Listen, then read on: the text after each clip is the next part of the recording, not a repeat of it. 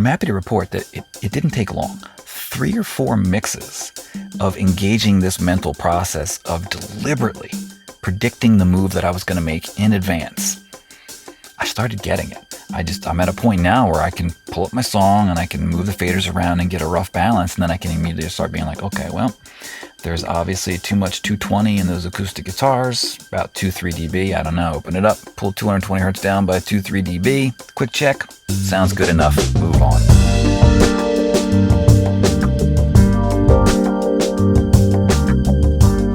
Welcome to After Hours, my name's Gregory Scott.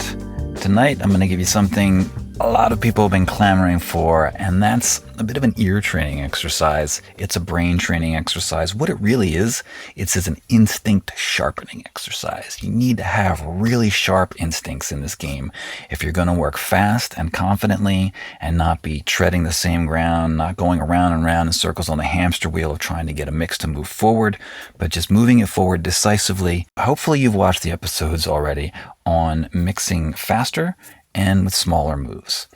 We're going to add another one to this toolkit for you. We'll start off with EQ because that's the simplest way, I think, to apply this exercise. Eventually, you're going to do it to compression, reverb, all these other things. But for now, I'm going to take a guess. Come into your studio in my brain, and I'm going to guess that for a great many of you, what you do is you're like, okay, I know something's wrong with that drum. Maybe it's too boxy sounding, it's not crisp enough, it's not bright enough. Your next move then is to open an EQ and begin hunting. And then you crank a thing up, 9, 12, whatever dB.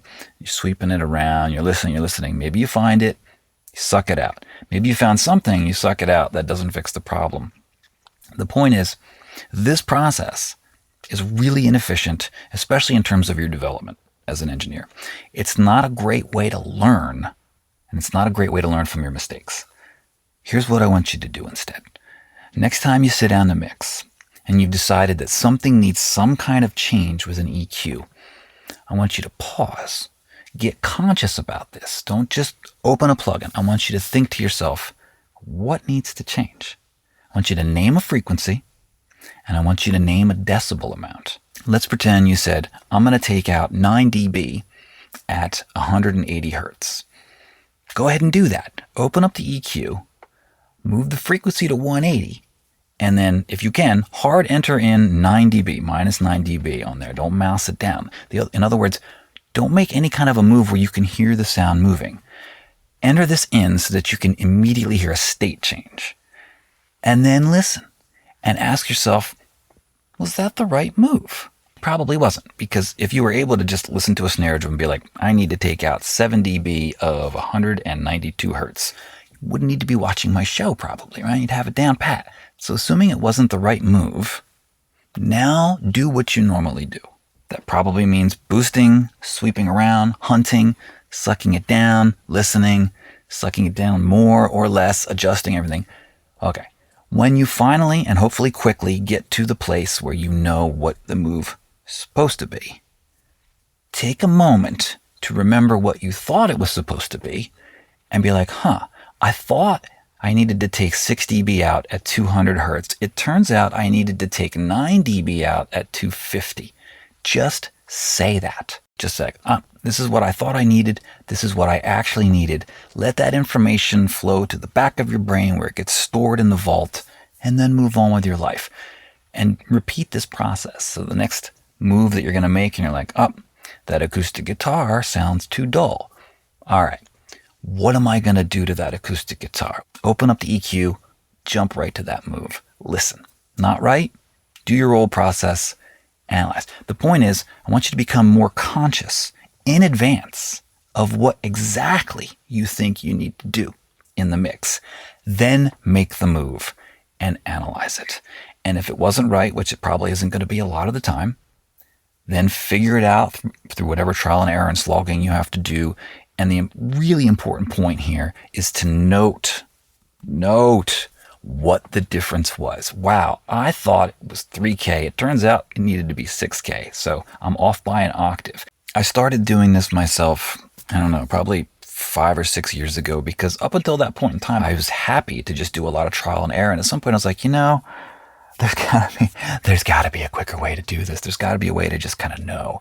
And I looked into all kinds of ear training, and there are things that will train your ears with tones. There are entire courses out there and whatnot and everything. And what I found was just really starting to learn to predict, and then learning and noting when I was off, by how much I was off, and in what ways. It turns out in the low mids, I was almost always off by an octave. I'd be like, I need to take out 200 hertz. I needed to take out 400 hertz. I need to add 150. No, I need to add 300. I was always off by these octaves. Anyway, I'm happy to report that it didn't take long. 3 or 4 mixes of engaging this mental process of deliberately predicting the move that I was going to make in advance. I started getting it. I'm at a point now where I can pull up my song and I can move the faders around and get a rough balance, and then I can immediately start being like, okay, well, there's obviously too much 220 in those acoustic guitars, about 2-3 dB. I don't know. Open it up, pull 220 hertz down by 2-3 dB. Maybe I'm listening to it, maybe I'm not, because I trust that my judgment was there. Quick check, sounds good enough, move on. That kind of process just, it ties in with mixing faster and making smaller moves. And there's something about the process of stating, like I actually would say it out loud. This is what I think this needs. Made me more aware of the assumptions that I was making, made me more aware of the ways that I was just off or wrong in my assessments of things. I got real clear on what's the difference between 2.5K and 3K. They're very different things. They have very different uses and very different sounds. I now know that because I got more deliberate about engaging these kinds of questions. So hopefully this helps you in your mixing. Got questions? Leave them in the comments. Thanks as always for your participation and your time. See you soon.